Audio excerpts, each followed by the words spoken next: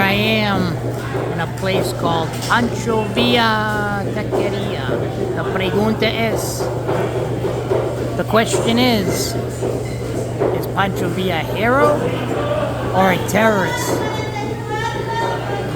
Again, interpretive methods. The question becomes, is Pancho Villa a hero for many people in Mexico?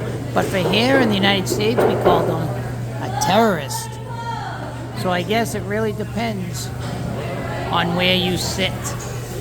But I gotta stop this video, this little lecture on interpretive methods, meaning how we perpetuate and legitimize people. That is what interpretive methods is. So the question is, what is a terrorist? What is a hero? What is a freedom fighter? It's all an intersubjective understanding that often depends on where you sit. And I'm going to go over there and sit and eat.